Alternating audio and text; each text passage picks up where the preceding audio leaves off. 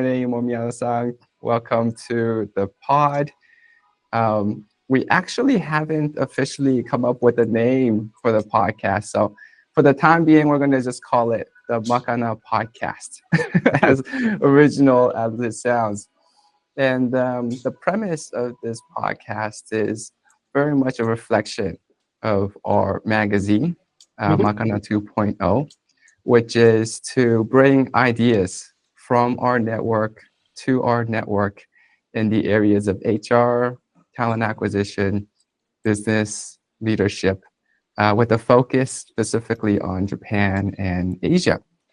So, yeah, thank you very much for joining us and being our very first guest. Thank you very much. Great.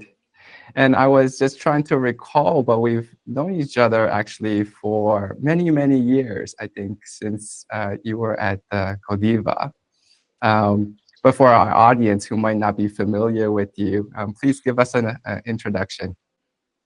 Okay, thank you very much. Hi, everyone.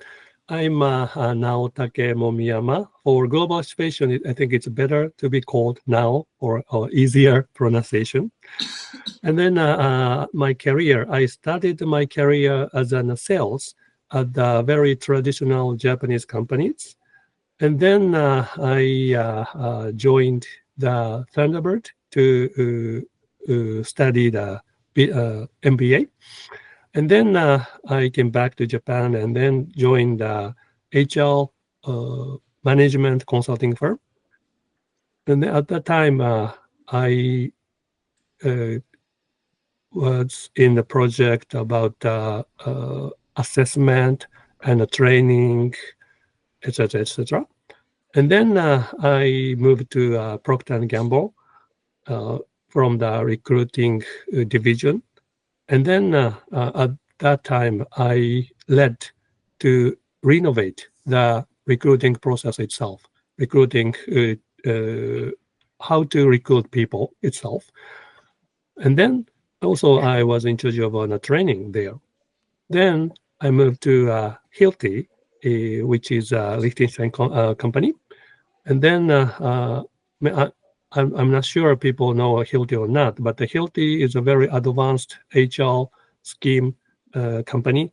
So I learned a lot there. At the Hilti, I was a talent development manager. Then was responsibility was many talent development areas: talent management, performance management, succession planning, engagement, etc., etc. And then I moved to Triumph. And then at that time, Triumph faced the kind of a decreasing market situation. So to adjust that market trend, I renovated most HR schemes and then contributed to the business. And then I moved to Adecco at the first time. And at that time, I was a talent management director. And then I moved to Godiva as the head of HR, and then also covered not only Japan, but also Belgian factory, Australia, New Zealand, and Korea, so many other regions. And then I came back to Adecco as an head of HR. So now I'm in charge of an entire HR in Adecco Group in Japan.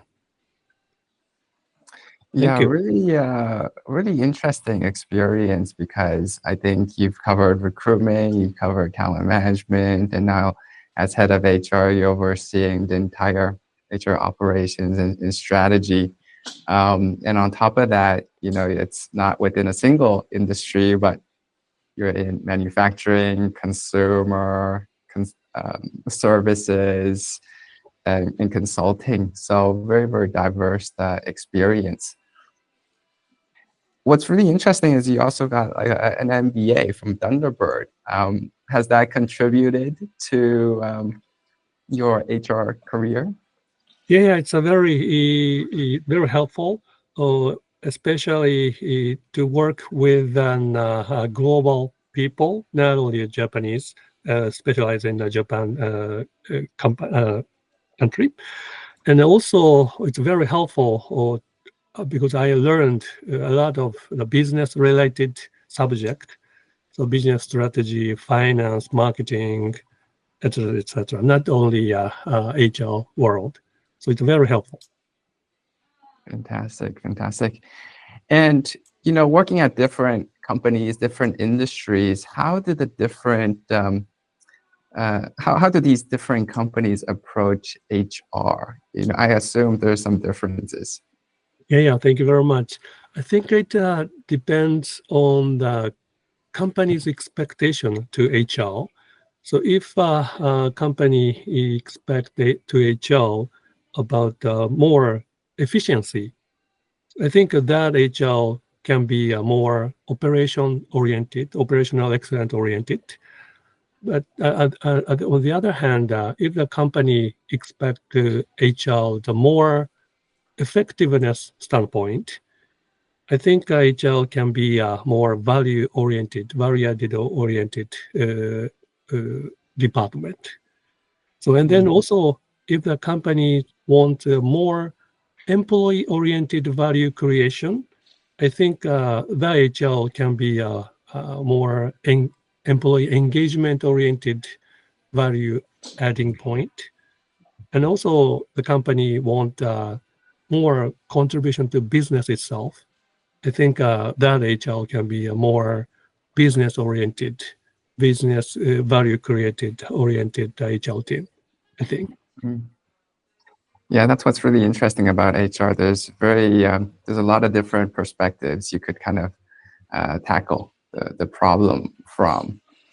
Do you see kind of a difference between Western companies and Japanese companies in terms of their focus? Do you see like one particularly focus more on efficiency, whereas other focus more on effectiveness? What's your view? Yeah, I think from my point of view, because I have many experience in non-Japanese companies, so I do not have enough experience at the Japanese companies. But from my experience, I think for non-Japanese companies, I think a more value creation oriented. Yeah, so that's why my experience is to transform HR from operational oriented to strategic oriented HR. So that I led at the various companies. Got it. What are maybe the top 2 or 3 kind of key transformations that you've done over the last few years? Yeah. Okay. One is so, for example, current companies, business people ask me to transform HR to contribute business more, and then also to partner with business more. Yeah. So from that perspective, I'm transforming HR team now. I see. And how do you go about doing this transformation? Because from my point of view, the biggest difference with kind of Gaishikei companies or foreign MNCs is you not only have stakeholders locally here in Japan, but you have a lot of stakeholders in the region and in global to kind of collaborate with and to influence to make any sort of change. Mm-hmm. Yeah. I think an important thing to collaborate with them is transparency. So I try to let them understand the situation as open as possible. So first of all, I try to understand their priorities, especially for global HR stakeholders. And then also I also understand the Japan business situation, so business leaders' expectation to HR. And then based on those understanding, I try to assess the current HR schemes and the processes, capabilities standpoint. And then based on that analysis, I try to find the focus area. And then based on that focus area, I try to create the solutions and strategies and actions within HR organization change. So based on those information, I try to explain the stakeholders as open as possible, and then try to ask their input about my understanding and my proposals. So to adjust those input, and my proposals are much better. Yeah. Yeah. And Adecco is actually a very large organization, isn't it? Operating in many countries. And from my perspective, the larger your organization, the more stakeholders you have, and the more complex it is to make any sort of change. Yeah, definitely. Yes, definitely. Yeah, more and more people and more stakeholders, meaning a more flexibility, complexity will happen.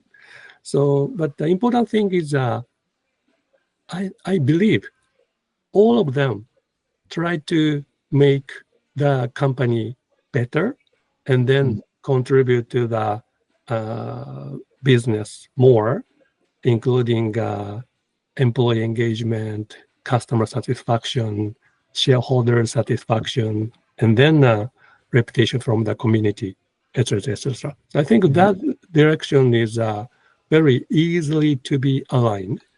So I will start from that point, and then going into the detail. Yeah. Right. You need to have a fundamental baseline of trust, right? And that the employees and management is doing the best for the organization. Got it. Got it. Momiyama-san, one of the things that led me to invite you to this podcast is your newsletter, Practical HR for Biz Success. Yeah. And since you've started it, I think it's gained a lot of traction, and you have 2,000 subscribers already. Tell us about what motivated you to kind of start this newsletter and how it's kind of impacted you and your organization. Oh, okay, thank you very much. Yeah, I've heard many HR people and business leaders are struggle about their organization issues. And then, for example, as I mentioned, I have many experience about HR transformation from operational to a strategic part. But many people want to do that, but they are struggling to achieve it. So I've heard about that point. And then also I've heard my experience can support those people and can help them. So I'm happy to do so. So I started my newsletter to support them. And then currently, so many people are reading my articles and then giving me feedback. So that feedback really motivated me to keep going. Fantastic. Fantastic. What issue are you on right now? Oh, today I think my newest one will be published. Okay, this is weekly, right? Weekly magazine. It's a weekly. Yes, Monday. Yes. And so, what is it? Which issue number are you on? Is it 40 or 50? I think this time I wrote about the remote work, I believe. Okay. Yeah. In any case, a very large number of newsletters coming from you because it's done weekly and you're doing it in English and Japanese. So yes, more than 40, 44, 45. Yes. Wow, that's a lot of content. So yeah, I know you're very busy. So to be able to kind of add that business newsletter on top, it shows how dedicated you are to this idea. Right? Yes. One of the articles that I saw, actually a series of articles on HR business partnering and the Center of Excellence, COE. Did you want to I thought it was particularly interesting. Did you want to summarize that and share with the audience the premise around those articles? Yeah. Okay. Thank you very much. So to me, HLBP, their role is to contribute to the business in terms of HR-related topics as an expert for the areas. And then also the other part, COE, their role is to develop the schemes to solve the issues which is related to the entire organizations. So, for example, COE create the schemes and then launch the schemes to entire organization. Then HLBP, their role is to launch that scheme into their organization, which is each a business partner is in charge of. And then more important thing is to embed the scheme to that team. So that is from COE to business partner. And then also from business partner to COE, so business partner can identify the issues of that organizations, their responsibility. And then HLBP can get the consultation from the COE as an expertise from their field. And then they discuss the solution. And then HLBP propose the solution to the business leaders and then lead the execution to make it happen. So I think very mutual. So even COE can develop the scheme. The COE's people can get the information from the business partners. It's a very real data, not only the number data, but also very realistic happening evidences, so they can get from the business partners. So it's very mutual collaboration. You raised a very, very interesting point, which is, HR business partners and COEs are equally important to the organization, because one is creating the scheme, one is doing the implementation, and then feeding it back to the CAE to kind of make the scheme even better. This feedback loop is very important, and each member of this chain plays an intricate part. But I think what we're seeing is a lot of people are more interested in taking a career path into becoming a business partner, because eventually they could more easily step up to a head of HR position. And so from my perspective, I think we're seeing fewer COE experts in the market and more interest into business partners. I'm wondering how that would play out within this year and in the future. Yes, I think if HLBP can solve entire issues to contribute to the business, I think that is the very efficient way, because we don't need a COE. But I think it's very difficult to one HLBP can cover entire issues which is happening in the organization. So, and then also if we do not have an schemes, HR schemes, it's very difficult to manage. So I think if we do not have an schemes, I think everything is related to the very case-by-case situation. So meaning if we have a scheme, I think we can standardize the many things, so which is very efficient. So if HLBP can do it for themselves, I think it's a very super case. But from the practical standpoint, it's very difficult. So HLBP is definitely important, and also COE is also very important. Yeah, so for those listening, COE is super important, and a career in that direction is also very rewarding, right? We need to kind of emphasize that point. So this business partner model, I think, has been around for several years. Even in Japan, the past 10, 15 years, we're seeing a lot of rollout. From your point of view, how has this model changed over the years? Yeah, I think maybe originally HR function started from the efficiency standpoint. because if a organization is very small, I think HR function is not needed. Maybe a president can cover, but organization is expanding and expanding, more people and more people. I think it's very difficult for a president. Only a president can cover the HR field. So from that efficiency standpoint, HR division was developed, I believe. So, and then time goes on, so HR is not expected to operate with an efficiency. So more and more, HR should be expected more and more business contribution. And then also HL's expertise uh, was also developed more and more. So from that standpoint, HL can contribute to the business.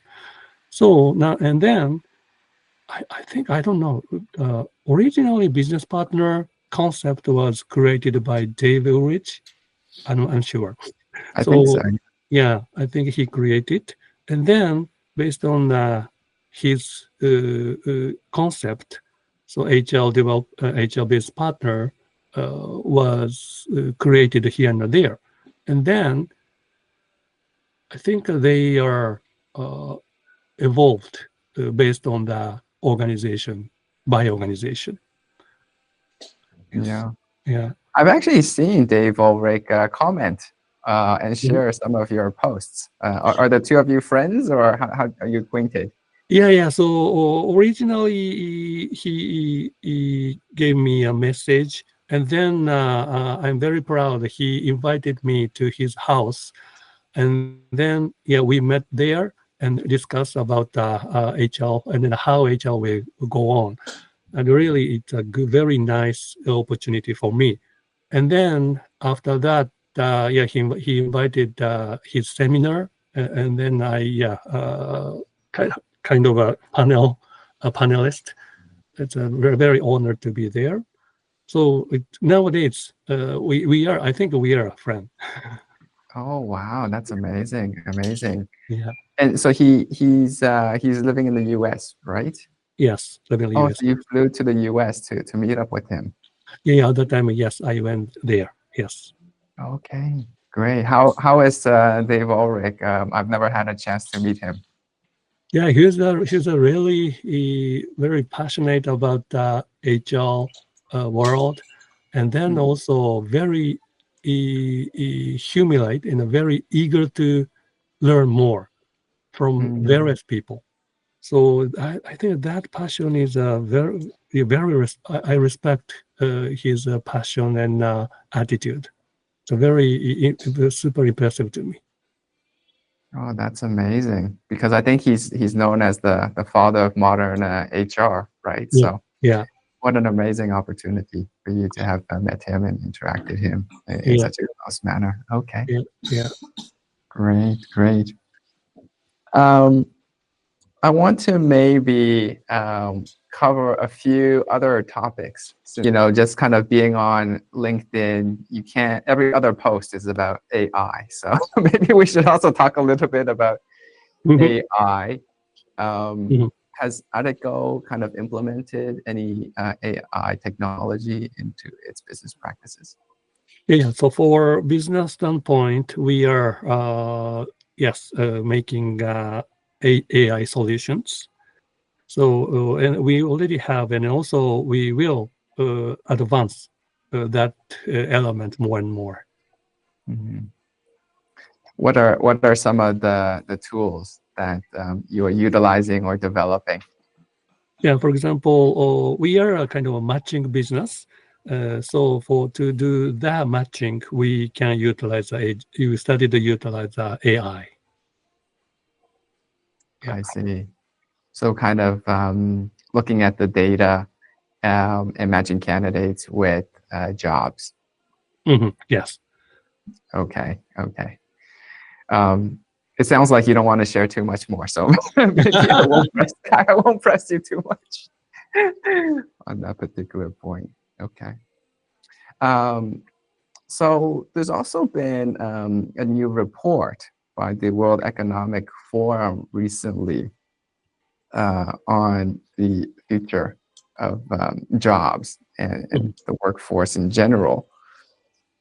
And from my perspective, it's really interesting because it kind of highlighted the future skills that's required to be successful, which is analytical thinking and innovation, active learning, learning strategies, complex problem solving, critical thinking and analysis, creativity, originality, and initiatives. You being head of HR for Adecco, overseeing a very large workforce, do you agree with these trends? What are your kind of takeaways from the report? Yeah, I think yes, trend itself is very obvious. So to follow that trend, those skills are definitely needed. Yeah, I also think so. Yeah, and then also for considering this trend, digitalization is more and more. But I think when the digitalization is going much faster, I think interpersonal skills, not digital related thing, will be more, I think, helpful for the employees and the working people.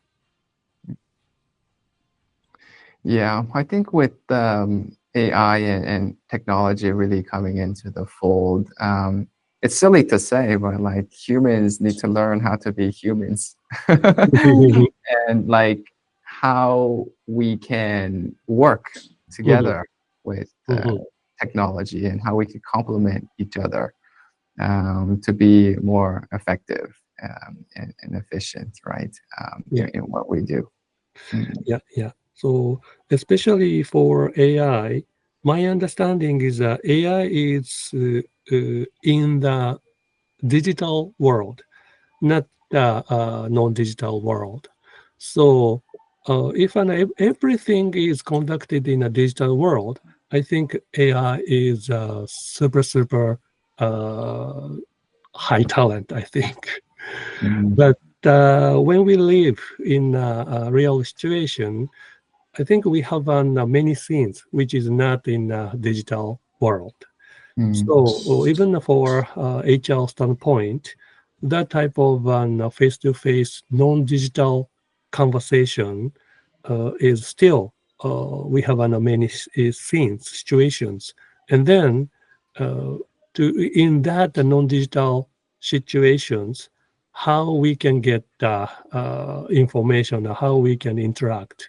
I think that way the more, not more, but is also important to understand the organization culture to contribute to the business success. So yeah, from the HR standpoint, I think that kind of activity is also needed. There's this term in Japanese, kuki omenai, KY. And so like some humans, are KY, but AI definitely is KY because it can't be in the organization, it cannot feel the environment, the culture, and the human aspect, right? And so that's one thing that kind of comes to mind. And Momiyama-san, your job and my job, I think we're pretty safe, as long as people want to communicate with humans, then our job is safe. That's kind of my opinion. Yeah, I agree.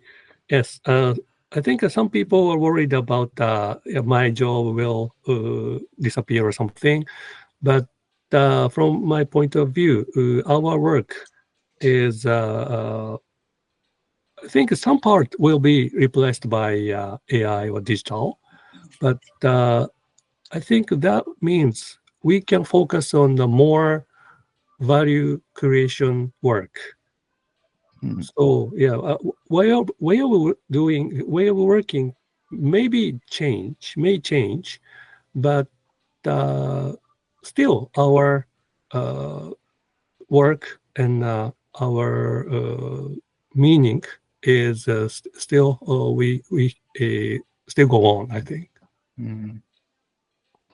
Right now, AI is very kind of much in the digital environment, but I think moving forward, AI is going to be able to connect with robotics, Mhm. and they're going to play actually a bigger and bigger part in the physical world as well. Mm. So that's something to kind of think about. Mm, okay. Yeah, yeah. Going, yeah, going back to the future of work kind of report, these skills like critical thinking and creativity, how do you see that being played out in Japan? Because I think from my point of view, Japan is actually strong in some of these areas, but there's some weaknesses as well. Hmm. Yeah. Um, I think yes, both good or bad. Some people very get used to and then adjust those direction, and then advance their own values. Uh, but other element is not very easily to adopt it and then utilize fully. So I'm not sure it's a good thing or bad thing, but I'm not sure. But yeah, I understand those two elements exist. Mm. Yeah, and I think in relation to that is, when I think about it, I think about the kind of the demographics of Japan, right? It's fastest aging demographic in the world. And, if there are employees that are close to retirement, they obviously have very little to gain to embrace new technology and to drive change. Whereas, maybe the younger generation, Gen Zs, they're just starting off their career. So they need to kind of really pick up these skills and pick them up very, very quickly, or else they're not going to be competitive in the future. Yeah, I think that's a very kind of a universal thing. For Mm, example, or even a PC case. When PC was launched, I think that conversation just happened also. So younger generation can type kind of a blind touch very easily, but some generations it's very difficult to adjust. But if people has to do it, they have to adjust it. So mhm, nowadays, many people who works in the office, they can utilize the PC very fully, even various generations. I think that will also happen to this AI or digital technology situation. So some people are very welcome about that, but some people are very hesitate to do it. But if that is necessary, I think people need to adjust. That is also related to my kind of a transformation work. So I identified a transformation. Some people are very welcome and willing to that, but some people are not willing to that. So my findings is people who are not willing to that change. So people feel those people feel kind of a fear for mhm, that direction. So when I see those phenomenon, I try to understand what kind of elements they are feeling fear, and how can we remove those fears, and then just move one step forward. So how can we support uh, for those people? So I think that can be also utilized for this situation. So AI and technology utilized is some for some people maybe feel fear to lose what they did before. So we need mhm. to understand the situation, and then we can provide necessary support to move step just forward. Yeah. For me, like, it's the opposite, which is it's kind of scary to know that, if another person or another company is able to utilize technology to do a better job faster than what I can do, that for me is very scary. So I kind of take the opposite side to that. Yeah, Mhm. yeah, definitely, definitely. Yeah. So we need to understand the kind of a risk to take that change, or not risk not to take that change. So we Mhm. need to understand both risk and then compare, and then what is best for us. We need to Yeah. think about it. Yeah. And also, like, in terms of technology, it's almost level the playing field to a certain extent, because you mentioned about the example of, okay, when the PC is introduced, people had to learn how to type, but now we have tools like voice to text, so you don't even need to learn how to type. You could just speak, and the AI will be able to kind of transcribe and type for you. And even more advanced in the future is real-time translation, Mhm. right? So right now we're both speaking English, but if you didn't speak English and you only spoke Japanese, you can speak Japanese, and in real time in my ear I could hear the English, and then I could speak English, and in real time you could hear Japanese. So it's also kind of breaking down the language barrier for people Mhm. using this technology. Yeah, yeah, definitely, I agree. And then I've heard even now some technology can translate the Japanese to English, English to Japanese through the online conversation. Right. Yeah, so it's very helpful. Or so if we do not have that function before, compared with that period, I think we are more uh, easier to utilize and easier to communicate. Right. Yeah. Um, Adecco being such a large organization, I believe you do new grad recruitment. What's been kind of your observations of new workforce, the Gen Z is coming up to join your organization? Mhm.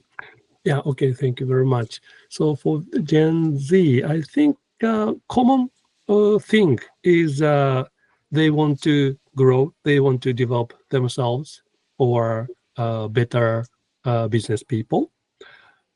So I think that is a very common situation compared with 10 years ago, 20 years ago, I believe. One different thing is their uh, career path mindset, meaning for 10 years ago, 20 years ago, their mindset is work with this company and then work as long as possible and then go upper and or broader, I don't know. But currently, companies are just this time's selection to work with. More Two short term. years, yeah, 3 years, 5 years later, they don't know to stay or go to a different place. So I think clearly more and more people are mentioning about that compared with 10 years ago or 20 years ago. How about you? Yeah, I think you are in that field, so Mhm. you have some uh, sense for that Yeah. trend. Well, we work on kind of more the senior executive level positions, so we don't have too much insight into new grad recruitment or Gen Z recruitment. But I think what you're right in the sense that I think even in the report we are talking about earlier, the future of work report, there's just more job change happening in Japan more than ever, right? So lifetime employment is kind of a thing of the past, and people are not afraid to change jobs. Um, so I think it really kind of changes the calculus for organizations, because in the past, when you hire a new grad, you're expecting them to stay until they retire in your organization. So you could invest in them for the long term. And you could kind of get them to know different functions and different parts of the business, because that knowledge is going to stay with them. These days, if you think about, if you're hiring them, expecting them to stay only 3, 4, 5 years, the amount of investment you can make to them is going to be more limited, right? Because say you invest a lot, you kind of give them an MBA, you sponsor their MBA, and they join your competitor, or they go to another industry. It's kind of like the worst case scenario, because you're kind of grooming them for the competition. And so I think a lot of the organizations, we need to rethink the calculus when they're hiring. Mm-hmm. Mm-hmm. Yeah, and that's not just for new grads; it's for mid-career as well, right? Mm-hmm. Yeah, thank you. Okay, great. Well, we're almost at the end of our 1 hour slot. Was there any topic that you wanted to talk about that we haven't covered? Yeah, thank you very much. I think we talked a lot. Yeah, thank you very much. We covered a Yeah, I lot. really enjoyed the conversation. Yeah, I think, during you kind of contributed an article to our magazine, but this long form format, I think we could kind of just dive into deeper detail, and yeah, it was really, really interesting. Thank you very much. For people that want to follow you or check out your newsletter, how can they do that? Okay, so I think it's good to search my name and then click the newsletter. Okay, fantastic. Hopefully we could promote this podcast and get you to like 3,000 subscribers. Thank you very much. That would be great. Okay. And so for those listening, thank you very much for joining our first episode of the Makana podcast. If you're interested in joining me for a conversation, just like what I had with Momiyama-san, please send me an email or DM directly to my LinkedIn. Thank you very much, Momiyama-san. Real pleasure. Thank you very much. I really enjoyed it. Thank you. Okay, let's connect again soon. Yeah, thank you very much. Okay, bye for now. Thank you. Bye.